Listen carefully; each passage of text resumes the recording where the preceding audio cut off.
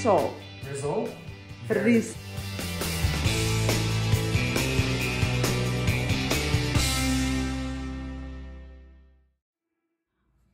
Halo, Assalamualaikum Sobat Net. Jumpa lagi di Fana dengan Ibu Feni dan Sabrina. Untuk kesempatan kali ini, saya ingin ngevlog tentang bagaimana caranya untuk pergi ke Kanada. Ini semata saya ingin sharing karena saya ingin teman-teman semua, mungkin yang di Taiwan, di Hong Kong, di Indonesia, ayo pada kesini, kita maju bareng. Saya pengen kalian semua tahu bagaimana caranya ke Kanada. Sebenarnya pergi ke Kanada itu ya susah-susah gampang gitu ya Sobat Net. Jadi yang penting kita itu bisa bahasa Inggris Sobat Net. Tapi sebelum itu saya ingin ngasih kabar bagus tentang Kanada. Jadi Kanada itu membuka atau menerima 1 juta imigran sampai tahun 2024. Bekerja ke Kanada tidak seperti bekerja di negara lain yang hanya bekerja, kirim uang, habisin keluarga, bekerja lagi, dan muter kayak gitu aja. Tidak ada perkembangan untuk diri kita sendiri, apalagi untuk bawa keluarga ke tempat kita bekerja. Jadi bekerja ke Kanada itu banyak keuntungan-keuntungan untuk kita dan keluarga kita. Jadi keuntungan untuk kita sendiri, kita bisa mendapatkan PR, kita mempunyai personal growth opportunity. Apa itu PR? PR adalah permanent resident atau penduduk tetap. Jadi kalau kita sudah mendapatkan PR, kita bisa keluar masuk Kanada dengan enak gitu. Kita bisa pulang kapanpun, tanpa harus ribet lagi, visa, ini, itu, kayak gitu ya.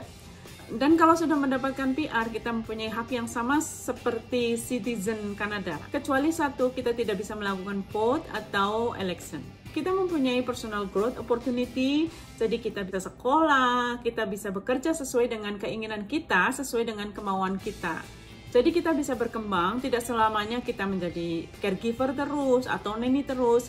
Kita bisa bekerja di kantor, kita bisa bekerja di sekolahan, kita bisa bekerja di rumah sakit.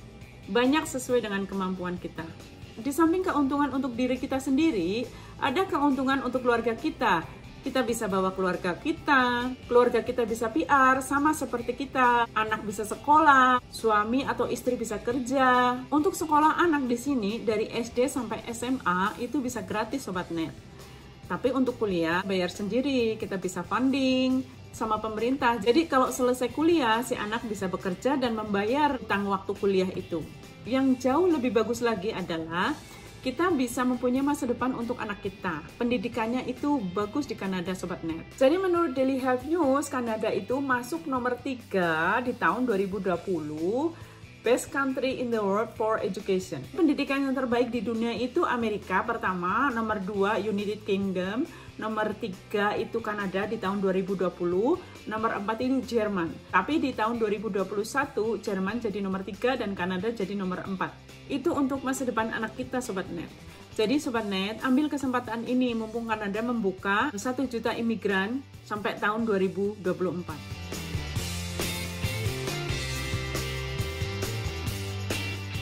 Oke, sekarang saya mau bahas tentang syarat-syarat bekerja di Kanada. Syarat-syarat bekerja di Kanada itu ada 3. Pertama, harus bisa bahasa Inggris dengan bench score minimal 5 dari masing-masing semua pelajaran, writing, speaking, listening, dan reading, semuanya harus 5. Syarat kedua, harus lulusan D3. Bisa saja D1, tapi harus mempunyai ECA, Education Credential Assessment. Syarat ketiga, harus punya pengalaman kerja 3 tahun dalam 5 tahun terakhir. Artinya pengalaman kerja yang baru, bukan pengalaman kerja yang udah lama kayak gitu. Syarat-syarat bekerja di Kanada, pertama harus bisa bahasa Inggris. Itu wajib harus bisa bahasa Inggris. Dan waktu dulu saya datang ke sini tahun 2012,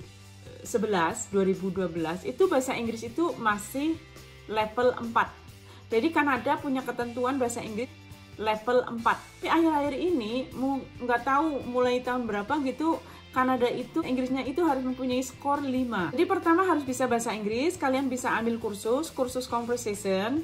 Bagi yang di Taiwan dan Hong Kong, itu bisa kalau hari libur, Sabtu Minggu, itu bisa ambil kursus bahasa Inggris gitu. Daripada main, nggak tentu gitu kan, lebih baik gitu ambil kursus bahasa Inggris ya Sobat Net. Yang di Indonesia bisa ambil kursus dan juga bisa pergi ke kampung Inggris. Kayaknya kalau ke kampung Inggris itu lebih bagus itu. Cepat bisa kalau kita praktek langsung di kampung Inggris. Harus sering lihat film yang berbahasa Inggris, yaitu untuk melatih pendengaran kita, pronunciation kita, ya. Setelah kursus, Sobat Net harus ngambil IELTS untuk mengetahui level bahasa Inggris kita. Jadi begini nih, contoh sertifikat IELTS. Ambil IELTS itu bisa di IDP, IDP, semua nilai harus 5, yaitu reading, speaking, listening, writing, semuanya harus 5. Selain itu, Sobat Net bisa ambil IELTS di British Council atau bisa ambil IELTS di University of Cambridge. Syarat kedua harus lulusan D3 atau bisa D1, karena walaupun lulusan D1 harus ambil kesetaraan. Jadi kesetaraan itu bisa diambil di negara masing-masing, bisa di Indonesia, di Taiwan, di Hong Kong, atau kalaupun nggak ambil di negara masing-masing, di Kanada juga ada beberapa instansi ya untuk ambil kesetaraan nilai. Ambil kesetaraan itu di WES itu di Kanada itu sekitar $600. WES atau WES, World Education Service. Kenapa harus ambil kesetaraan? Karena harus equivalent or higher to the Canadian 1-year post-secondary. Syarat ketiga harus punya pengalaman 3 tahun kerja dalam 5 tahun terakhir. Itu artinya pengalaman kerja yang baru ya Sobat Net. Syarat keempat itu bukan ketentuan, tapi Canada Regulation Permit maksimum 55 tahun. Jadi syarat 55 tahun itu masih bisa apply PR gitu. Kalau di PT itu maksimum umur diterima 45 tahun. Kalau punya 4 persyaratan itu, berarti kalian itu punya kesempatan bekerja di Kanada. Kalau kalian punya persyaratan bagus, lebih bagus dari itu, misalkan bahasa Inggris lebih dari 5, 6, 7 bahkan, terus lulusan S1 atau bahkan S2, ya, terus punya pengalaman 3 tahun pengalaman kerja gitu dan umurnya masih muda, kalian bisa apply sendiri gitu. Dan kalau apply sendiri itu tanpa biaya lah. Jadi kalau apply sendiri itu kita cuma spend money untuk paspor, untuk medical, untuk visa. Sobatnya bisa mencari pekerjaan sendiri di Kanada melalui website seperti Jobbank, Indeed, Uline, Kijiji. Tapi misal kalau Sobatnya membutuhkan agent, Sobatnya bisa mendaftar ke agent-agent yang ada di Indonesia, yang ada di Taiwan atau di Hong Kong gitu. Yang saya tahu di Indonesia itu ada Bina Mandiri, ada Yonasindo Intra Pratama, ada Elite International. Selain itu kalian bisa ke Kanada langsung tanpa melalui agent di Indonesia, tapi langsung melalui agent yang ada di Kanada.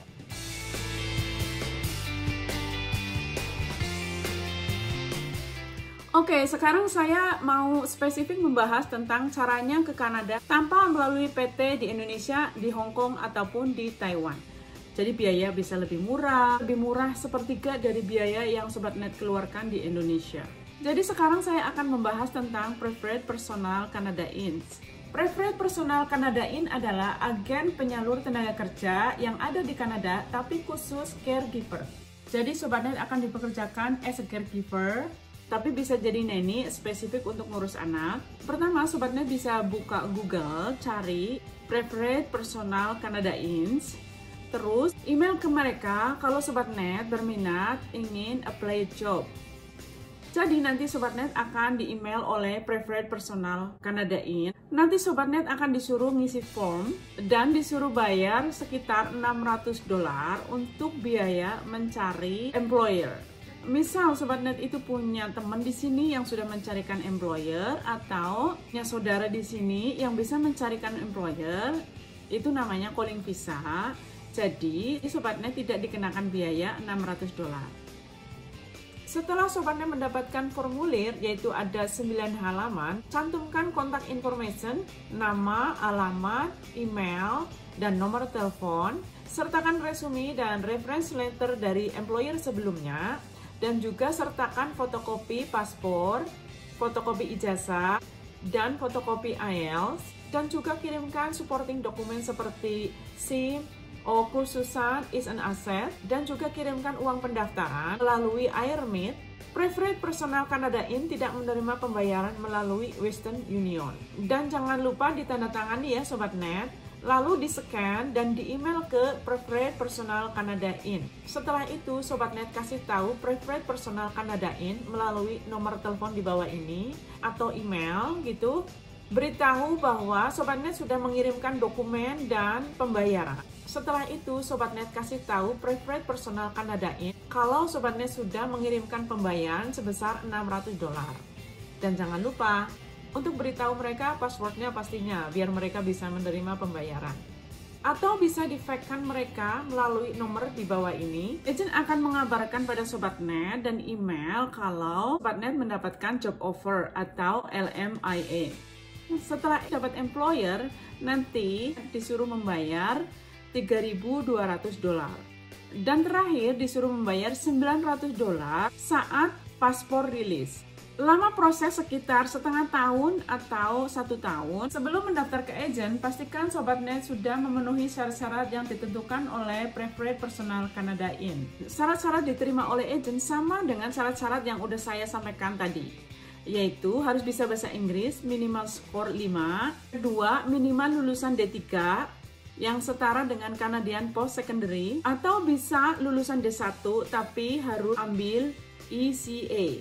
ECA adalah Educational Credential Assessment. SobatNet itu bisa ambil Educational Credential Assessment itu di negara masing-masing, atau bisa juga di Kanada. Di Kanada ada beberapa instansi yang melakukan Education Assess. Tapi yang saya tahu ada namanya WES, World Education Service. Dan ketiga harus mempunyai pengalaman kerja 1 tahun dalam 3 tahun terakhir. Cukup 1 tahun kalau ini. Jangan lupa reference letter dari recent employer yaitu bos sekarang, atau previous employer yaitu bos yang terdahulu. Itu akan memperkuat aplikasi. Dan jangan lupa juga SKCK atau Police Clearance. Jadi bagi SobatNet yang bekerja lebih dari 6 bulan membutuhkan Police Clearance. Untuk bisa menghubungi Preferred Nanny, klik saja www.preferrednannies.com atau bisa telepon ke 1-800-899-8841. Oke, kiranya sekian yang bisa aku share ke SobatNet semua. Dan semoga ini bermanfaat untuk SobatNet semua. Assalamualaikum. Bye SobatNet, thank you for watching. Ikutin terus ya vlog saya. Masih banyak yang akan saya share tentang Kanada. Dan jangan lupa like, comment, subscribe, dan share. Biar saya lebih semangat lagi nge-vlognya. Assalamualaikum.